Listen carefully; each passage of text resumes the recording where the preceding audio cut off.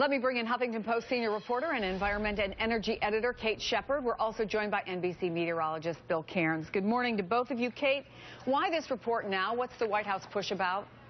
Well, this report comes out regularly. It's something that was actually mandated by Congress back in 1990. They're supposed to come out every 4 years or so. The last one came out in 2009. And so this isn't a special push, but it is coming right now at a time when the administration is rolling out emissions regulations for existing power plants. So it is being used as part of that push to show why we need these kind of rules on emissions here in the U.S.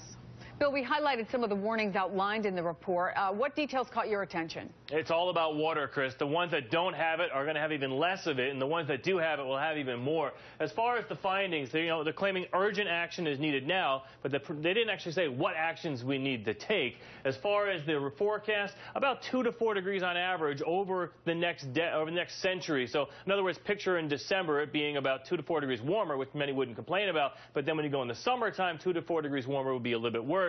At the heat waves and the drought is how most of us in this country are going to experience climate change. And you mentioned some of the highlights there as far as the infrequency of the hurricanes in the southeast and the east coast, the hotter conditions in the Midwest. Flooding actually would be worse in the northern plains up towards the Great Lakes and the Northeast. And out west, where, Chris, you know all too well, we're in the middle of this epic drought. Conditions like that will be more frequent in the next century. And I think the one thing that really caught my attention was decreased water availability.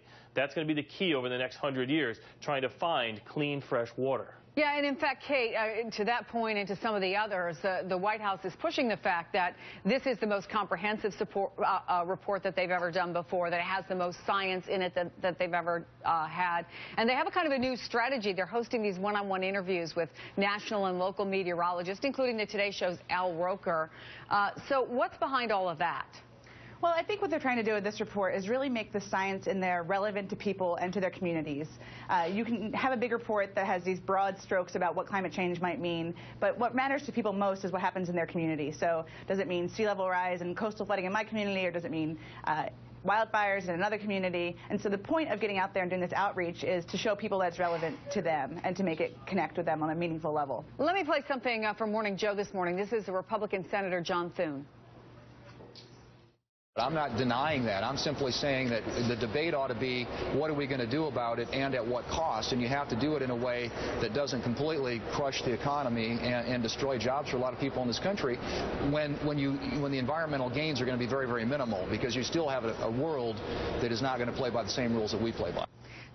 Senator Thune, I think, Bill, is a good example of some of the conservative political thought on acting on climate change. But there are also some skeptics in the scientific community. Give us their side of the argument. Yeah, there's less than ever, Chris. They estimated between 2 to 5% of the scientists disagree with the science behind this report.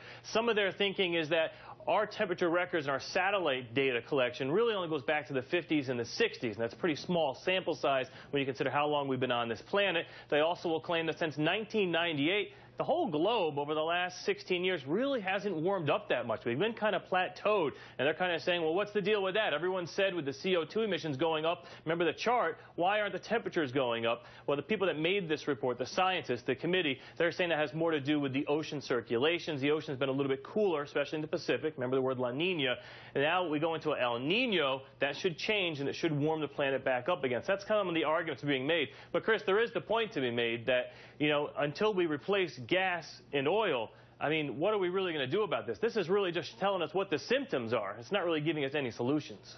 Bill Cairns, Kate Sheppard, this is going to continue to be debated, and a lot of folks will be hearing about it on their local and national newscasts tonight. Thanks to both of you for being here. Thank you. And coming up, we're going to